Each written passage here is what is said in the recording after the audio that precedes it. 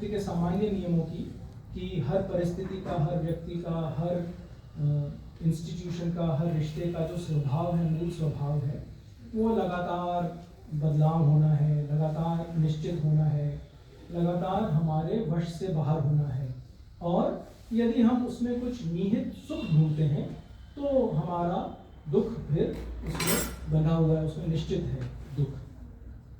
तो इस तरीके से हमें रुम्पोर प्रोत्साहित कर रहे हैं कि हम अपने मन को साधें। उन्होंने साधना की हमें बहुत अच्छी एक परिभाषा बताई कि मूल रूप से साधना कहते हैं अपने मन को साधना। किस तरह साधना? कि ये जो प्रकृति का नियम है, इस नियम के अनुसार हमारा दृष्टिकोण बदले और उस जो सम्यक दृष्टि है उसके अनुसार हम जीवन जिए। फिर उन्होंने उसके कुछ उदाहरण बताए। इस तरह से बताते हैं कि भाई जब हम एक दूसरे से व्यवहार करते हैं तो हमें कुछ चीज़ें पसंद आती हैं, कुछ चीज़ें पसंद नहीं आती हैं। हमें लगता है कोई व्यक्ति ठीक कर रहा है, कोई ठीक नहीं कर रहा है, वगैरह वगैरह।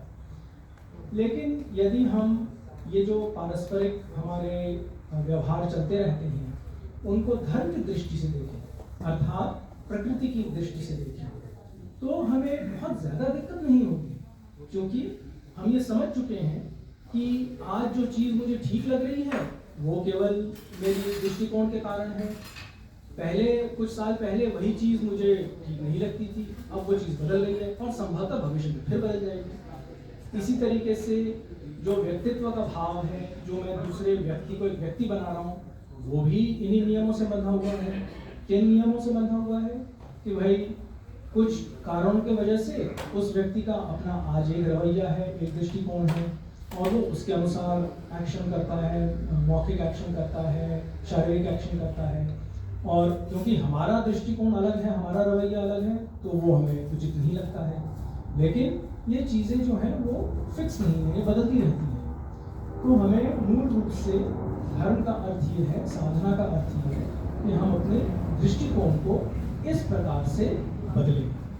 जब हम इस प्रकार से बदलते हैं तो वो कहते हैं फिर मन में एक निहित शांति बैठ जाती है, निहित शांति बन जाती है। और ये शांति जो है वो बाहरी परिस्थितियों से वो बदलती नहीं है। तो बाहर चाहे जो भी हो रहा हो, हमारे व्यवहार जैसे भी हो रहा हो, हमारी परिस्थितियाँ जो भी हों, हमारा मन उसमें विचलित नहीं होता है। तो आज उन्होंने हमें संक्षिप्त में सही दृष्टि की बनाने की जो प्रक्रिया है उसको साधना के रूप में बताया और हमें प्रोत्साहित किया कि हम इस बात पे फोकस करें कि किस तरह से हमारा दृष्टिकोण धर्मानुकूल बदले।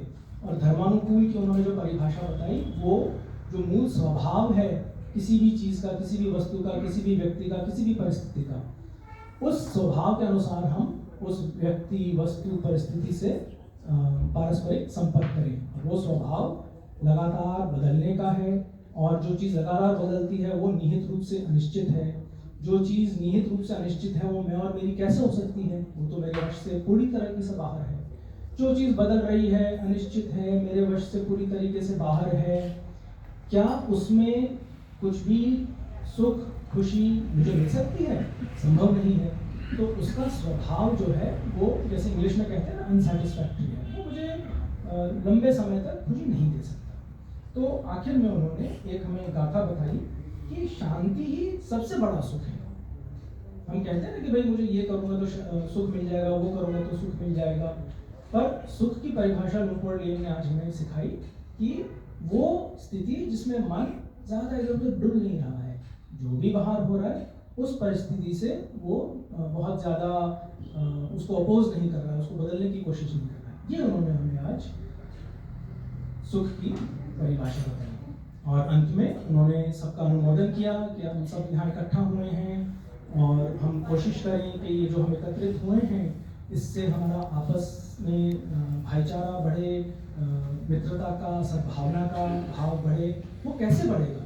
वो तब बढ़ेगा जब हमारी दृष्टि इस प्रकार से बदलेगी। तब हम देखेंगे कि दूसरों से वैर करने से कोई लाभ नहीं है। हर व्यक्ति अपनी समझ, अपनी कंडीशनिंग के अनुसार व्यवहार कर रहा है। तो आज की ये जो बैठक है, जो हम इकट्ठा हुए हैं, वो हम सबके लिए एक हेतु बने, एक कारण बने हमारी दृष्टि को समृद्ध बनाने का। के साथ में पूर्ण विराम।